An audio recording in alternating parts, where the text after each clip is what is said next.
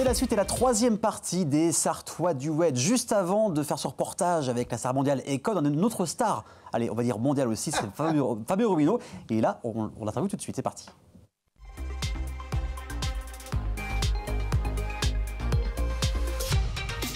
C'est le client fidèle de l'émission, c'est même devenu le parrain au fil à mesure des années. Il vient pour sa visite trimestrielle. C'est Fabio Rubino. Comment tu vas, mon Fabio? Eh ben, ça va super bien, ravi de revenir chez moi quelque part. T'es un peu à la maison. Hein. Donc je rappelle les faits. Il est revenu de vacances il y a 2 jours. Tu étais à l'autre bout de l'Atlantique, c'est ça? Ouais.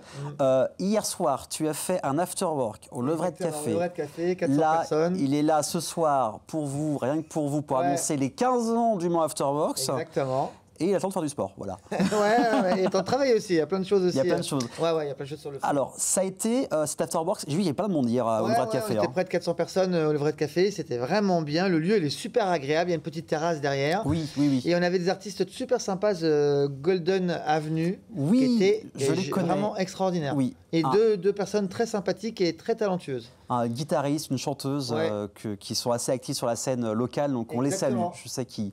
Marie-France, je crois, si je dis pas de bêtises. Marie-France, MF. MF, c'est son nom d'artiste. Mais si tu es là ce soir, c'est pour le 15e anniversaire du Mans Afterworks. Et tout à l'heure, je t'ai préparé une interview spéciale 15 ans. Oh là, on y va. Mais c'est tout à l'heure. D'abord, parle-nous de ce programme, de ces 15 ans avec des artistes qu'on a connus. Moi, je rappelle, j'étais au collège. On dira tout à l'heure sur la révélation des artistes. Qu'est-ce qui va se passer ce soir-là? Eh bien, ce soir-là, on va fêter et célébrer les 15 ans des Afterworks. Tous les mois, depuis 15 ans, on fait une soirée Afterwork. Et donc là, on revient, on est bien venir tous les 5 ans sur le Welcome. C'est une salle que j'affectionne particulièrement sur le circuit de 24 heures du Mans. Et on aura évidemment beaucoup de monde. On aura pas mal d'artistes. On aura des shows, on aura des chanteurs. Et donc, on peut annoncer en exclusivité ici sur l'antenne de Le Mans TV. On va avoir Tragédie qui va venir au Mans. Est-ce que tu m'entends? Eh oh, voilà, vous vous rappelez de ça. Très bien. C'était début 2000, moi j'étais au collège. C'était 2000, ouais. Moi, je les ai entendus quand j'étais au collège à Vibray, collège Gabriel Gousseau. Et je les ai même vus à la Ferté-Bernard à l'époque. Il y avait le festival Artec où tu avais un concert gratuit tous les ans. Tu avais David Hallyday, Billy Crawford et Tragédie, tu es venu à la Ferté-Bernard. Alors c'est marrant parce que depuis que j'ai commencé à l'annoncer hier, j'ai plein de gens qui me disent ouais, je me souviens, Tragédie, je faisais ça, exactement ce que tu viens de faire. Voilà, ça rappelle une enfance, une adolescence, une jeunesse. Et en fait, sur les Afterworks, on a une clientèle de 40-50 ans, en gros, 30-60, mais la cœur du cible 40-50 ans. Et c'est exactement les sorties qu'on avait, la musique qu'on écoutait quand on sortait. Et on se rappelle notre jeunesse qui s'est prolongée, bien sûr, puisqu'on est toujours jeune. On reste toujours jeune, c'est dans la tête. Exactement. Et voilà, donc ils vont venir Tragédie et on aura également des shows de performeurs, percussionnistes, saxophonistes, violonistes, robots. Enfin, ça va être une soirée exceptionnelle, comme on sait le faire chez le Mans Afterworks sur les anniversaires. Puis tu disais, le Welcome, c'est aussi un lieu que tu aimes beaucoup, notamment avec le Mans Fashion Show qui se déroule là-bas. C'est une salle très grande, prestigieuse. Déjà, quand on rentre dans la salle, on est impressionné. Il y a une aura, il y a quelque chose, cette salle. Et on a aussi l'aura des 24 heures du Mans, qui est évidemment toujours là.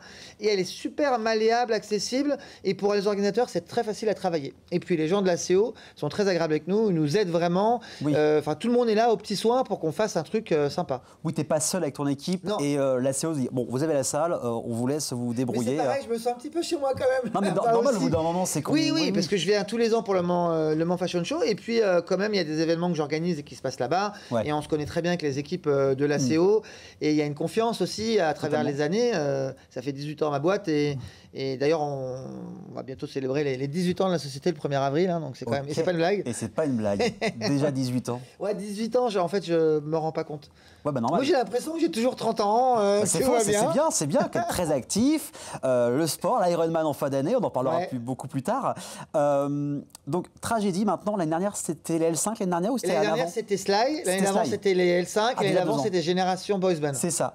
Tragédie, d'où est venue l'idée de ramener Tragédie? Comment c'est venu sur la table? Eh ben, en fait, quelques mois avant, on va dire vers le mois de octobre-novembre, je commence à me dire, bon, les 15 ans approchent, qu'est-ce qu'on va faire venir? Quel plateau artistique? Et je parle un petit peu autour de moi, ma garde rapprochée, ma famille, mes amis proches, et je sonde un petit peu et j'avais 4-5 noms qui étaient sortis. Après, j'essaie de me renseigner par où je peux les avoir. Bien sûr. De quelle manière, quel tarif surtout, n'est-ce pas? Oui, c'est pas gratuit. Hein. Non, il n'y a rien de gratuit dans ce bas monde. C'est ça.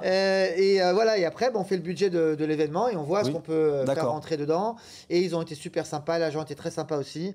Et on a trouvé un terrain d'entente. Et puis, je pense que Tragédie, ça va vraiment faire résonance parce que le peu de fois où j'en ai parlé, c'est impressionnant la réaction des gens. C'est Tragédie, c'est pas vrai. Non, mais c'est ça, ça touche beaucoup de générations, comme tu as dit. Moi, ma génération, fin 80, début 90, comme il est 40-45 ans aussi, donc complètement. ça varie de tout le monde. Ça va être le feu. Hein. Donc, ouais, je pense que ça va être le feu, vraiment. Mais c'est ce que j'aime aussi dans les afterworks, c'est que les gens se lâchent un petit peu. Au début, c'est toujours très convivial. On est là, on boit un verre, c'est cool. Et puis au bout d'un moment, ça s'agite et puis ça part un peu dans les tours. Et à n'importe quel âge, on a ce besoin de faire la fête, de s'amuser dans un cadre sécurisé, cadré, bien vraiment. Sûr, il y a toujours cette sécurité. Alors, jusqu'à logiquement, combien de personnes 1000 personnes. 1000 personnes, ok. Pas une de plus. Oui. Parce que je suis carré avec la CO, c'est la jauge que j'ai, donc on n'aura pas une personne de plus. Ouais. Ça va, les ventes commencent bien depuis que tu as annoncé, bien avancées, ouais. Okay, ils sont bien avancés, il nous reste un mois. Et en fait, quand on ne connaît pas l'événementiel, on peut se dire un mois avant, tu dois être plein, il n'y a plus de place. Et en fait, non, la courbe, elle est comme ça. La courbe, elle fait ça, et elle fait ça, et elle fait ça.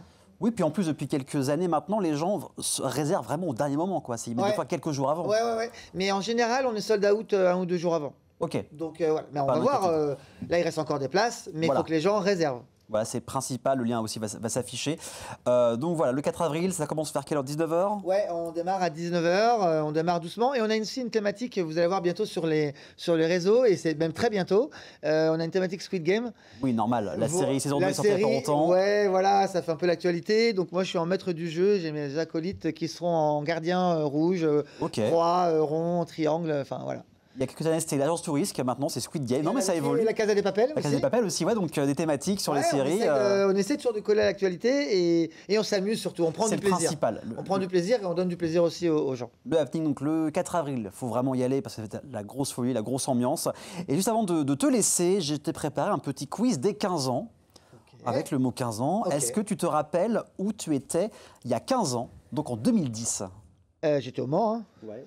Préparer une première Afterworks, ça se passait comment? On est au mois de mars. Le premier Afterwork a eu lieu le 6 mai au Vaudeville. Donc j'étais, dans la préparation complètement et dans la recherche, dans la définition du concept. D'accord. Qui a d'ailleurs évolué avec le temps.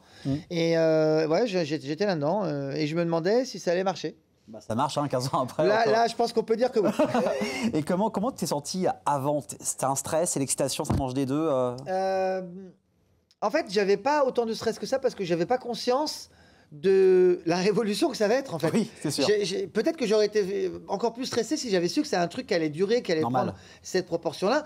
Mais moi, je le voyais un peu 1, 2, 3, 4 éditions. Je savais pas trop ce que ça allait donner. Et en fait, au début, on a eu un public somme toute relatif, composé de 50% de mes amis. C'est normal, au début, quand on commence un projet, c'est le cercle chaud qu'on appelle, ou c'est les potes, les amis, la famille. Hein. C'est ça. Et puis après, ça a commencé à accrocher un peu les gens. Et le fait qu'on se renouvelle beaucoup et le fait qu'on change de lieu à chaque fois a fait qu'on on s'est pas perdu et on n'est pas redescendu en termes d'attention du public. Parce que chaque année, il y a des nouveaux endroits, bon, aussi des endroits qui ferment, mais d'autres qui rouvrent. Donc ça permet aussi de tourner dans tout le Mans. C'est ça. Et j'en parlais hier avec des personnes à l'Afterwork qui me disaient, mais c'est incroyable que qu'il n'y ait pas eu de retombées, je veux dire que ça ne soit pas cassé la figure, quoi. Oui. Je veux dire, en 15 ans, tu connais d'autres événements qui durent 15 ans tous les mois? J'en connais pas. Hein. Non, il y a à chaque fois autant de monde, on est des centaines de personnes. Et je dirais même que ça a tendance à augmenter avec le temps, doucement, mais on était plutôt encore il y a 3-4 ans à 250, et là on est plutôt à 300, 350. C'est ça, on pousse les murs, quoi. Ouais, on pousse les murs, il faut trouver des lieux après. Hein. Oui, c'est ça, c'est le plus compliqué. Qu'est-ce que tu voulais faire quand tu avais 15 ans? Est-ce que tu avais un rêve à 15 ans? Je crois qu'à 15 ans, je voulais être architecte, il me semblait. J'ai changé, c'est mieux pour le bien de tout le monde, je pense. Je suis pas très doué. La tour de Pise. Dans les Afterworks, à part la taille, qu'est-ce qui a changé en 15 ans dans l'organisation, dans la préparation de ces rendez-vous mensuels? En fait, moi, je dirais, il y a deux choses qui ont beaucoup évolué. C'est les gens qui nous reçoivent, les lieux. En fait, on n'a pas besoin de leur expliquer, ils connaissent très bien et ils l'attendent. C'est-à-dire qu'au début, il fallait les convaincre. Et puis pourquoi on va chez eux, etc. Et en fait, il y a une image qui est telle autour de l'afterwork, il y a une visibilité qui est telle que rien que pour l'image, il faut le faire. Pour les lieux, c'est super intéressant. Donc, ils sont très demandeurs.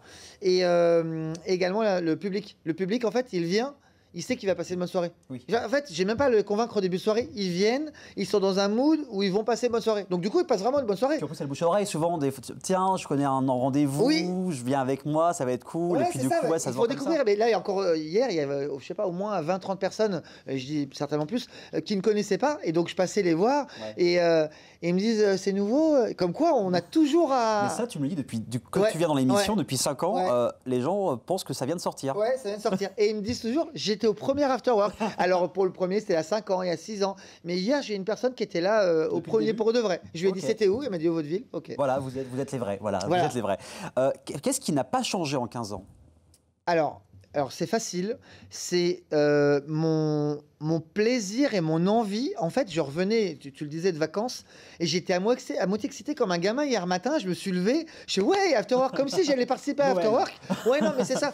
Alors que je suis l'organisateur. Mais en fait, j'ai toujours cette envie, cette joie, et je suis vraiment content d'aller au contact des gens. Et puis les gens le ressentent, parce que sinon, je serais plus là. Parce que tu n'es pas juste à préparer ton truc, hein, c'est que tu vas aussi au contact des gens, tu vas voir les gens, ça se passe bien, vous passez une bonne soirée. Alors, il ne peut pas voir les 400 personnes, hein, mais tu essayes en général de faire un petit tour des gens pour. Je passe ma soirée à ça. Je passe ma soirée à ça. J'aime que les gens se sentent bien.